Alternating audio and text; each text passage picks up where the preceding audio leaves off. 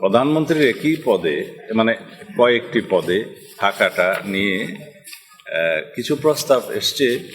আপনারা আগে জানেন, এটা অনেকবার ডিসকাসড হয়েছে যে একই ব্যক্তি প্রধানমন্ত্রী, সংসদ নেতা এবং দলীয় প্রধান এই একাধিক পদে থাকতে পারবেন কিনা। বিস্তারিত আলোচনা শেষে অধিকাংশের মধ্যে একটা মতামত এসছে যে প্রধানমন্ত্রী এবং তার সাথে সংসদ নেতার ভূমিকাটা প্রায় অঙ্গাঙ্গিভাবে জড়িত। এই দুই ক্ষেত্রে একত্রে প্রধানমন্ত্রী এবং প্রধানমন্ত্রী লিডার অব দি হাউস থাকতে কোনো অসুবিধা নেই। এক্ষেত্রে মোটামুটি যেটা আমি কনসেনসাস দেখেছি যে প্রায় সকলেই একমত। কিন্তু দলীয় প্রধানমন্ত্রী হতে পারবেন কিনা এক্ষেত্রে কিছু বিতর্ক হচ্ছে।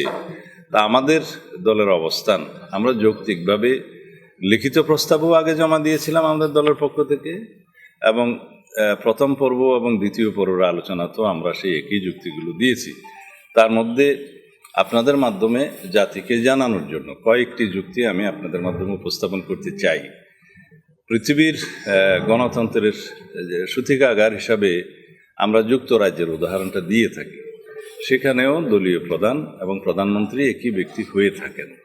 কয়েকটি দেশে মাঝে মধ্যে এটার ব্যতিক্রম হয়ে থাকে, তবে সেটা সংসদীয় দলে যারা সরকারি দলের যে পার্লামেন্টারি পার্টি হয় সেই পার্টি ডিসাইড করে যে পার্টি কাকে প্রধানমন্ত্রী হিসাবে সিলেক্ট করবেন। সেটা কোনো ইলেকশন প্রসিডিওর নয়। যারা মেজরিটি পার্টি হয় পার্লামেন্টে অথবা জোট হয়, তারা পার্লামেন্টারি পার্টি ফর্ম করে তারা ডিসাইড করে কোন ব্যক্তি প্রধানমন্ত্রী হবেন।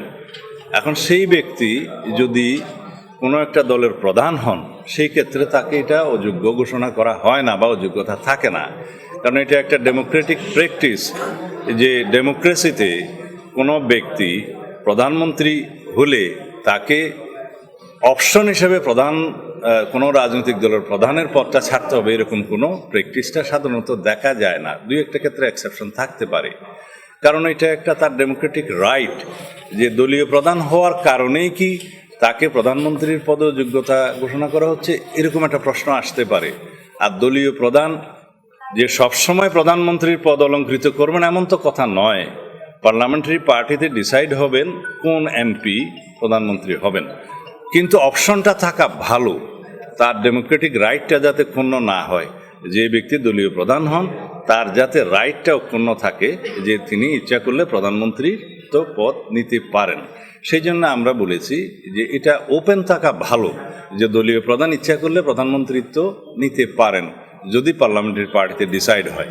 আর যদি পার্লামেন্টারি পার্টিতে ডিসাইড হয় যে তাকে প্রধানমন্ত্রী করা হবে না, অন্য একজনকে করা হবে, সেইটা পার্লামেন্টারি পার্টির ডেমোক্রেটিক রাইট চর্চা, সেটা ওপেন রাখার ক্ষেত্রে আমরা আমাদের সাজেশন দিয়েছি। এবং পৃথিবীর বিভিন্ন দেশের উদাহরণ টেনে আমরা বলেছি যে যেহেতু দলীয় প্রধানমন্ত্রিত্ব হওয়ার ক্ষেত্রে কোনো যোগ্যতা হতে পারে না, সেই জন্য এই অপশনটা থাকা উচিত, তার ডেমোক্রেটিক রাইটটা অক্ষুণ্ণ থাকা উচিত যে দলীয় প্রধান ইচ্ছা করলে যদি পার্লামেন্টারি পার্টি ডিসাইড করে তিনি প্রধানমন্ত্রী হতে পারবেন।